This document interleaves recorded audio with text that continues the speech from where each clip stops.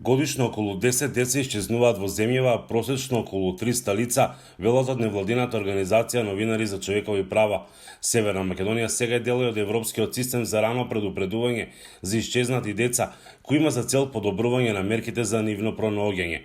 Тоа значи споделување на времени информации за децата кои отсуствуваат од училиште повеќе од 3 дена, за да се елиминира ризикот од нивно исчезнување. Тие се и дел од Европската мрежа на невладени организации која третираат оваа проблематика.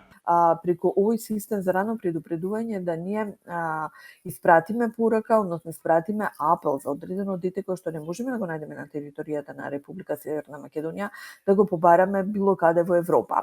Значи, нашите партнери веднаш ја дистрибуираат информацијата и се запалува тоа така наречено црвено светло дека одредено дете од Северна Македонија е исчезнато и дека можеби се наоѓа во, не знам, Италија, Франција, Германија и така натака, особено доколку имаме некакви индикатори, односно информации дека можеби заминало надвор од границите на нашата држава. Во функција ќе биде и веб страницата Најди ме ОРГ-МК, преку која ќе се алармира за секој исчезнато лице во земјава. Од каде што таа информација потоа ќе треба да се шири до оние компании, односно оние ентитети кои што прифатиле истата таа информација да ја прошируваат. Например, доколку ние имаме соработка со одредена банка, бидејќи тоа не е целта, во моментот кој ќе одите во банкот на Макомбан да извадите пари, веднаш од мониторот се појавува информацијата со слика и основни податоци за исчезнатото лице. Очекуваат да бидат вклучени јавното сообраќајно предпријатие во Скопје, такси компании, хотели,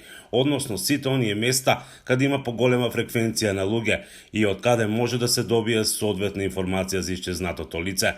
Станува збор за обемен систем во кој се вмрежени голем број на субјекти. Досега се одржани низ треници за наставници вработени во центрите за социјални грижи, Министерството за внатрешни работи и здравство. Значи, кај нас, за среќа, можам да кажам дека се уште не постои нека организирана група на која што киднапира деца, која што ги мами децата, ги зима. Имаме деца кои што осадна одлучуваат да не одат на училиште. Едноставно сакаат да побегнат од дома.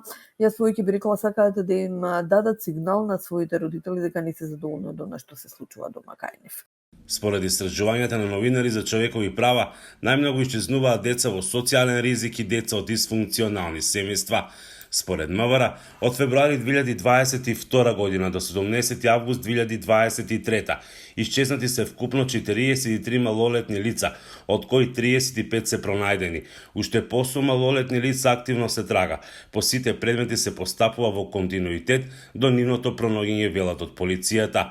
Пријава за исчезнато лице дете се поднесува во полициска станица од општа надлежност по местото на исчезнувањето на лицето. Потрагата по исчезнатото лице се објавува на локално или централно ниво, во зависност од информациите каде би можело да се наоѓа исчезнатиот, а во одредени случаи се распишува и меѓународна објава. МВР презема низ оперативни мерки за пронаоѓање на исчезнати лица, од прибирање на оперативни информации, преглед на терен, водно и воздушно пребарување и наблюдување на терен. Потрагата полицијата не престанува до неговото пронаоѓање.